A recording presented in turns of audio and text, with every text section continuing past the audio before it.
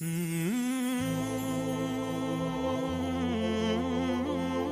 اللہ تعالی علیہ وسلم نے جنت کے حوالے سے اور جہنم کے بچنے کے حوالے سے کتنے عظیم نسخے عطا فرمائے۔ آقا کریم صلی اللہ تعالی علیہ وسلم نے ارشاد فرمایا، اگر کوئی شخص بیمار ہے، مریض ہے، اللہ اکبر، اور مرض کی حالت میں اگر 40 مرتبہ وہ دعا، وہ اسم اعظم جو حضرت یونس علیہ السلام نے پڑھے تھے، اور وہ دعا جو حضرت یونس نے پڑھی تھی، وہ کون سی دعا تھی؟ لا الہ الا انت سبحانک انی کنت من الظالمین۔ تو میرے آقا صلی اللہ علیہ وسلم فرماتے ہیں، سخت بیماری کے عالم کے اندر اگر کوئی شخص 40 مرتبہ اس آیے کریمہ کو پڑھ لے اور اگر اس کی موت واقع ہو جاتی ہے تو اللہ اسے شہادت کا مرتبہ عطا فرماتا ہے، اور اگر اسے شفا نصیب ہو گئی تو اللہ اس کے گناہوں کو معاف فرما دیتا ہے۔ یہ میرے آقا کی طرف سے ارشاد گرامی ہے،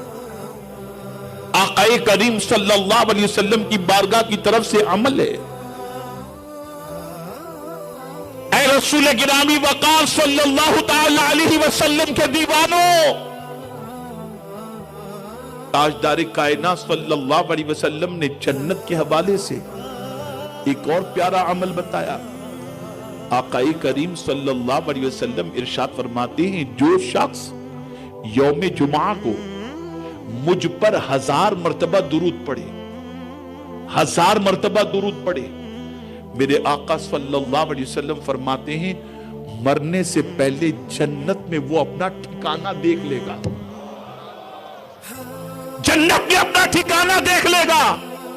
اے رسول گرامی وقار صلی اللہ تعالی علیہ وسلم کے دیوانوں، مجھے حیرت ہے کہ ہم دنیا کا محل دیکھنا چاہتے ہیں، ہم دنیا کے محل بنانے کی فکر میں لگے ہوئے ہیں، دنیا کے بنگلے بنانے کی فکر میں لگے ہیں۔ قربان جائیے نبی رحمت صلی اللہ علیہ وسلم کی عظمت پر کہ اللہ کے رسول صلی اللہ علیہ وسلم نے اتنے آسان نسخے عطا فرمائے